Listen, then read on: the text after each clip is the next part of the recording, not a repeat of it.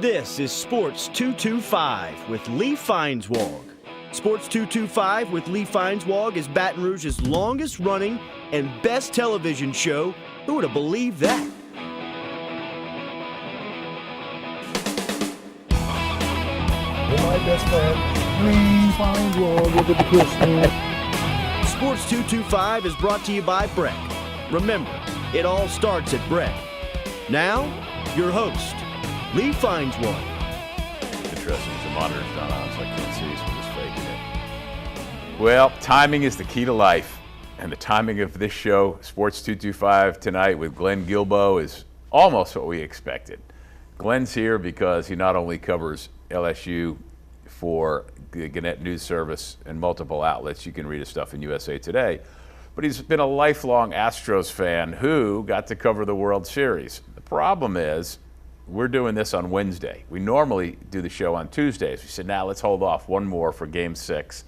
And now the greatest phrase in sports, Game 7, and we have to fake it. Yeah. Well, we can talk about Game 5 and Game 6, and Game 2 was a great game. But yeah, this I wrote last night. This is the kind of series that deserves a Game 7, and you knew it was going to happen. I mean, the series was 1-1. It was 2-2. It was 3-3. If they played the best of 14, it'd probably be 6-6 going in. You know.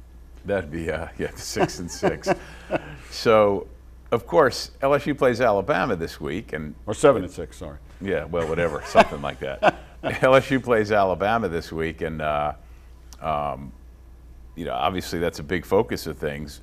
But for Glenn to get credentialed and go to the World Series, I was lucky enough to go to the 1977 World Series. Reggie Jackson hit 3 home runs in the last game of the season. The Yankees beat the Dodgers.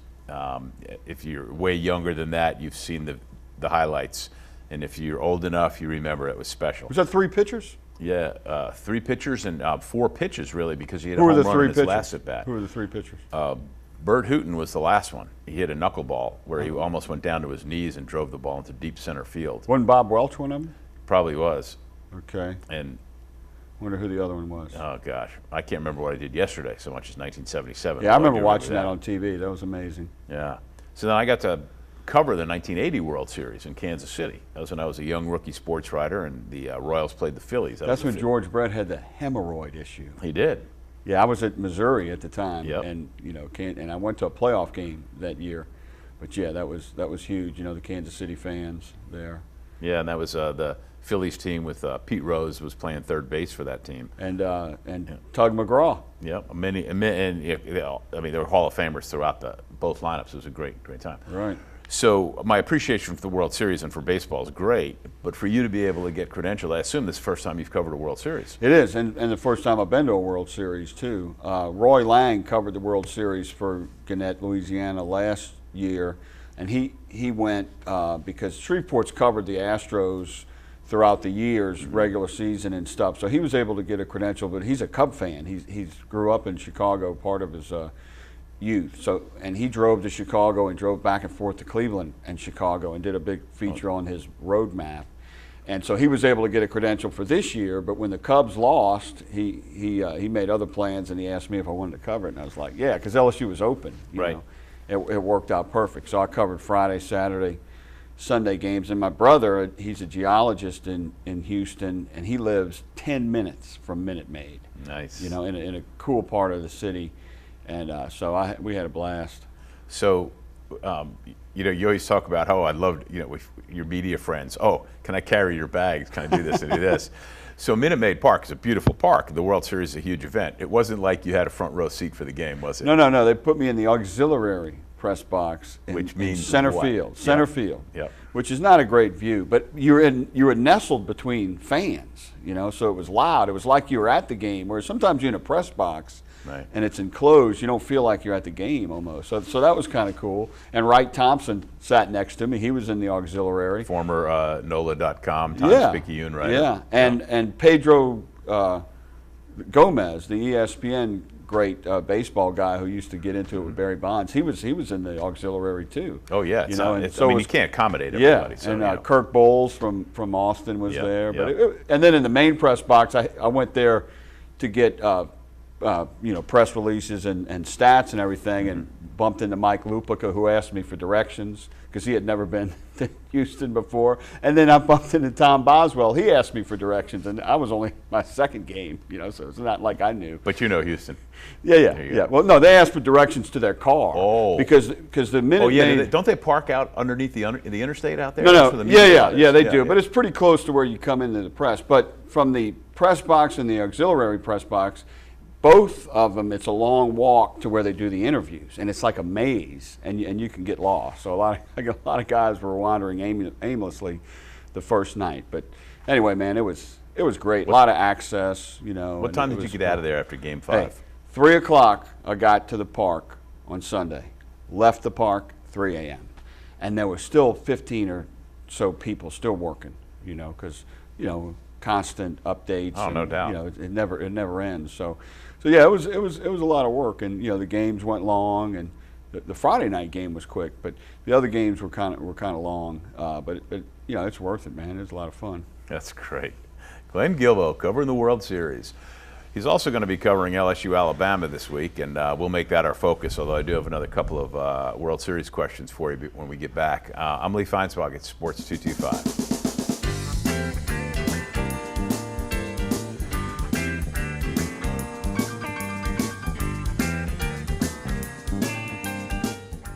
Hi, I'm Joe Martin, president of ITI Technical College, and we are so excited to have been awarded Forbes magazine's top 30 two-year technical colleges in America. To achieve this award, ITI was recognized for our high scores in 1, earnings of our graduates, 2, quality of education, and 3, affordability. To learn more, we invite you to visit our campus or go online. ITI Technical College. Begin your journey to a better life. All right, we're back on Sports 225. It's a World Series pre-LSU Alabama edition with Glenn Guilbeau of the Gannett News Service. Follow him at LSU Beat Tweet. You can read his stuff at Gannett.com, at USA Today, WWL, TV.com, et cetera, et cetera, et cetera. He's a man of many malfunctions. Did you get to visit personally with Alex Bregman? No, I did not. I didn't know about this, but they have the press credential, then they have a clubhouse credential. Oh. Okay, so no, I didn't get the clubhouse credential.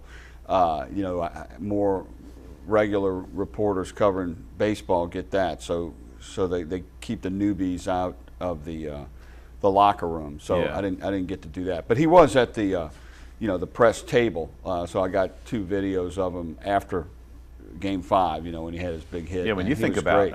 how many Major League Baseball cities there are, and even if you take like the 1 or 2 beat writers per team, and then the columnists of just those teams Sure. who come to the World Series, because I'm sure they all cover them, and then you factor in regional people, maybe Yeah. a lot of people in Texas who get credentialed, and people like yourself, who's a legitimate news outlet, but still, it's just, and then all the just the TV and radio alone from the Houston area must be off the I don't charts. think there were a lot of beat writers from other cities, though. Like I didn't see Derek Gould, the Cardinal writer, which I thought I would. Another But, former Times-Picayune yeah. guy, great guy. Yeah, so it didn't look like there were a lot there, and the main press box was kind of small. I was surprised. Yeah. But You never been credentialed and got into Minute Maid that way? yeah, I 'cause- did. I've been there before. I was there for Yeah. opening day back in 2004. Remember the Final Four was in San Antonio? Yep. On the way back, I caught opening day. I in remember you Houston. did that. Yeah, Yeah, and I've been yeah. there for a couple of games credentialed for stories I did, not just hanging out. But it's way more fun to sit in the stands for any game, especially Minute Maid's just a great park. It is. You it know, is. and, Except for the train. I don't like the train. Don't like the train. But it is a great park. They got great food, great views, and the Houston people are knowledgeable of baseball. I mean, a couple of times I was writing or tweeting or doing Facebook updates, and I hear a big roar, and I look up thinking there was a hit or something, but it was only a 3-2 count, or it was a 2-strike count. So they were waiting for, they were ready for something to happen. You can just tell when they cheer and when they don't as to when the game is going on. Kind of like Alex Box, but much bigger. Yeah, much. Glenn, of course, does cover LSU, and you might have heard it's a big week. It is. It's the penultimate week, isn't it? Because now because LSU got to 6-2, however the heck it got to 6-2, regardless. This is where we thought they'd be anyway, for the most part. Basically, I thought personally they'd be maybe 5-3 right now, but that's not the point. This game then again defines the season. You win the game, it's a major upset. You beat Alabama. We ought to have like music that comes on, and put yourself actually into the division championship hunt, chance to play for, not the national championship, but you get my point. Sure. And whereas you lose, and it's the same old, and well, but if they lose though and win out, that's a very good season. That would be 9-3.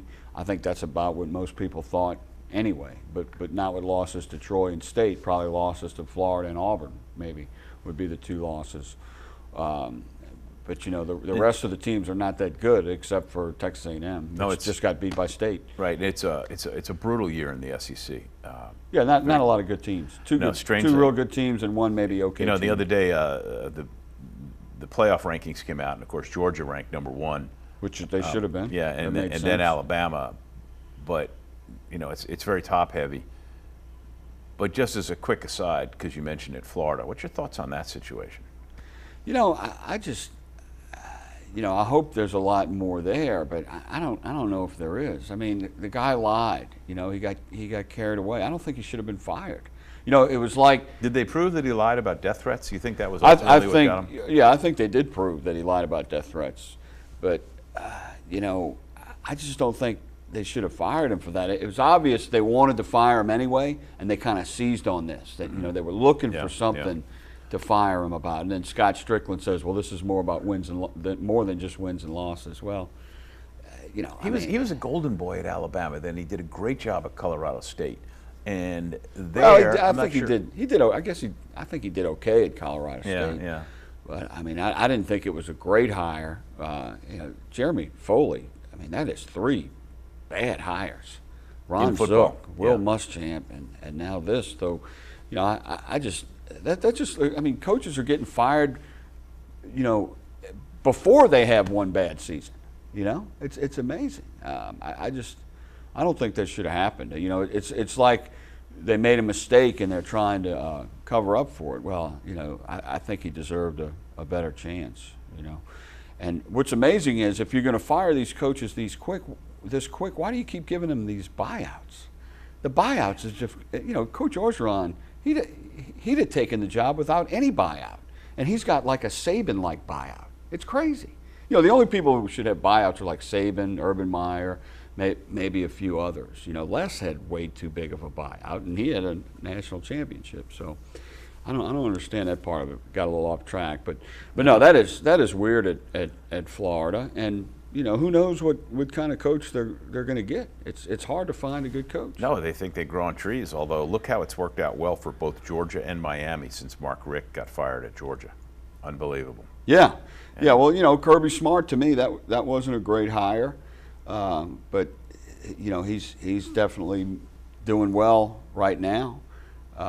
Mark Richt, that was a great move for him. He goes to his old school, and he's doing very well.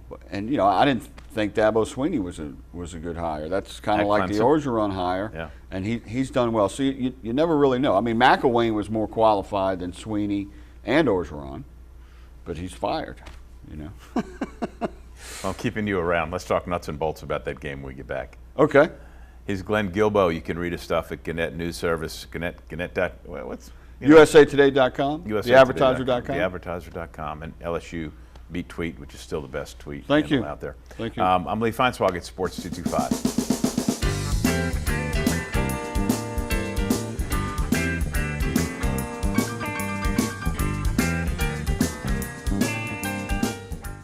Don't let the bed bugs bite you. We'll put them to sleep. Bed bugs can be transported from most anywhere. Hotels, department stores, even a friend's house. We've got the bead on bed bugs. Call the bug man today. Call 923-BUGS. We're back on Sports 225. I'm Lee Feinswag hanging out with Glenn Guilbeau. LSU plays Alabama in football this weekend, where that game is never boring. Well, sometimes the LSU offense is boring. You know, I've said this so many times, I feel like a broken record, but I think the biggest reasons why LSU fired Les Miles was because LSU wanted to score more points and LSU wanted to beat Alabama. You can simplify it any other way you want, and you know, whether there was this or that. But the bottom line is LSU would not have had any different record after Miles got fired at the end of last year, and LSU most likely would have been 6-2 right now, and LSU still couldn't have scored fewer points against Alabama last year. Right, they lost 10-0. But I think Les got fired because he started losing to other teams like Arkansas, 17-0. And he had a boss who told him to change things, and he didn't want to change them. Yeah, it wasn't just the losing to Alabama. Right. But that was part of the formula that got it all together. Yeah. Is there reason for LSU to be optimistic this week? Yeah, I think so, because it seems like nobody's giving them a chance, including their fan base. And I think LSU's coming off its best game, questionable opponent, but still they're coming off it's their best game, and they're at the healthiest point. And to me, Alabama, they haven't beaten anybody because Florida State is not any good.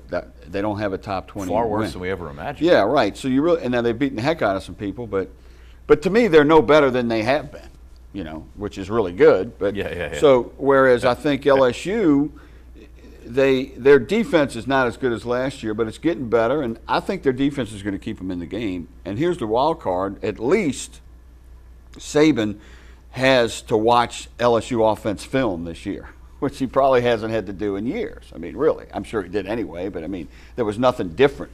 Okay, now he's got to look at the jet sweep. He's got to see what they're doing. It's a little different. He's probably looking at Pitt to see what Canada did there. And this is where Matt Canada earns his paycheck. I mean, let's see what he can do differently. Let's see what he can do real well. So I think there's some reasons to feel like they have a good chance. And can I ask you something too? Yeah, and one of them is that they're such underdogs and nobody's giving them a chance. This year we've had the term jet sweep. Yeah. It used to just be a sweep. Yeah, I agree. The guy got the ball and went that way, or he went that way. Really, it's a version of an end around too. It's a jet sweep and an end around have two things in common. It's not a running back. It's a wide receiver. Well, whether he's a split end or a flanker or a slot back, they're still a receiver. Okay, and it's just a new name. And Cam Cameron ran the jet sweep. Yeah. Now the difference is this Canada uses this formation where you can do the jet sweep or fake it and run out of it and do everything out of it. It's kind of like his base. So that makes it more unpredictable, and that's what's opened up things for Geis. Whereas Cam Cameron just kind of used it as kind of to be cute or to be different, and you could see it coming. Yeah. Whereas this one, you can't really always see it coming. So that might help. But I don't know. That Alabama defensive line is good. Way back in your career, you covered Alabama. You were in the state of Alabama. You covered Auburn. You covered Alabama. You've been around this for a long time.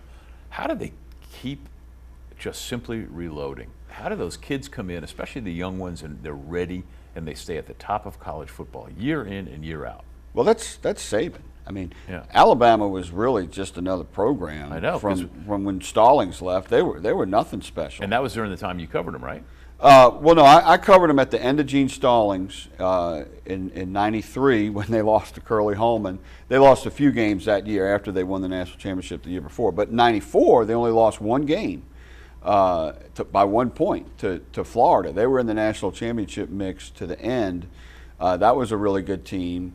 And then he still won 10 games or so, and then he retired. He didn't like the new AD, Bob Backrath, who was kind of like Bob Broadhead, but in a way.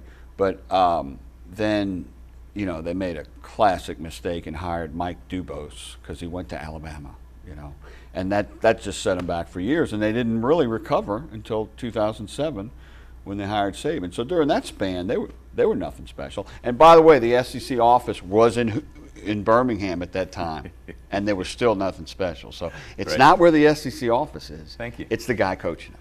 It's and he's just the best at recruiting and putting players in the right spot, and he's been at Alabama long enough to where everything is just a machine now. So which would have happened at LSU had he stayed, but he wanted to go to the NFL, or he thought he did.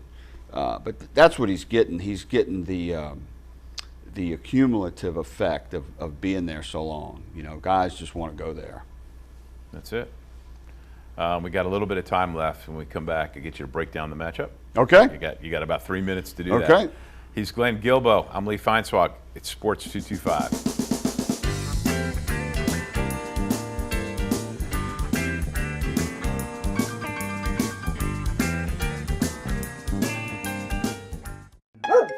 See that dog lover? About to unleash the terror hound on these friendly, unsuspecting canines? Well, I'm the human dislike button, and I see it too. Easy there, Cujo. Taking part in a dog socialization program at a shelter or pet store can help nip this problem in the bud. And no matter how well socialized your pet is, cleaning up the little rays of sunshine they leave in their merry wake is your responsibility. To learn more about me, go to breck.org/HDB. Coming down the home stretch of another Sports 225. You go to sports225.com to not only see archives of all the old shows after they appear on Cox 4 and CST, but you can get the schedule for when they do appear on Cox 4 and CST. And thanks to John from JCW for directing and for Glenn Guilbeau for being here. Thank you. So a nuts and bolts breakdown, if you will, of this LSU-Alabama game. Well, I think LSU's defense is going to keep them in the game. Maybe not for 4 quarters, but they'll keep them in the game to have a chance. And I think for LSU to win, I think they got to get lucky. I think they got to get some defensive points. I think Alabama's got to play bad.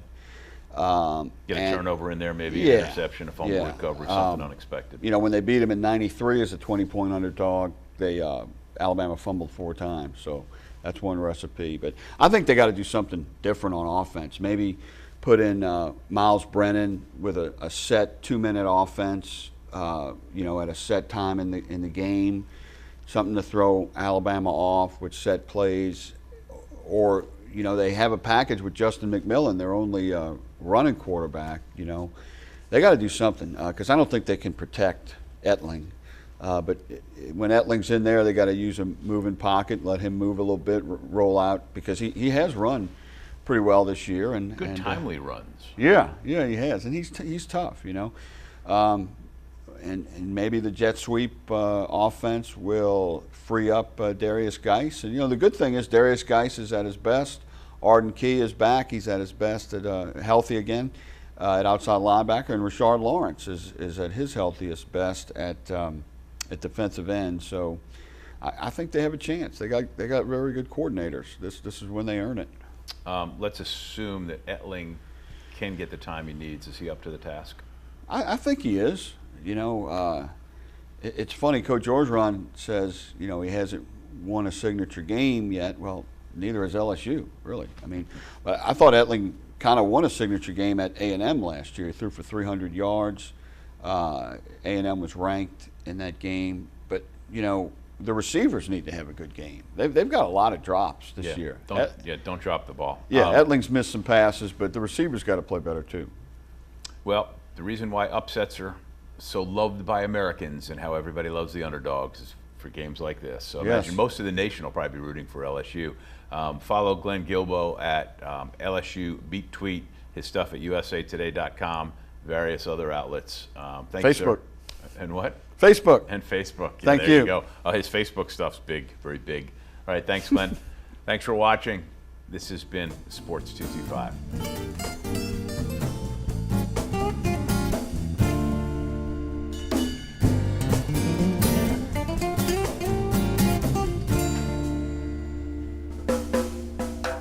At carnival time by Baton Rouge Bay, that's the site of my story. At Spanish Town Mardi Gras, things can get blurry.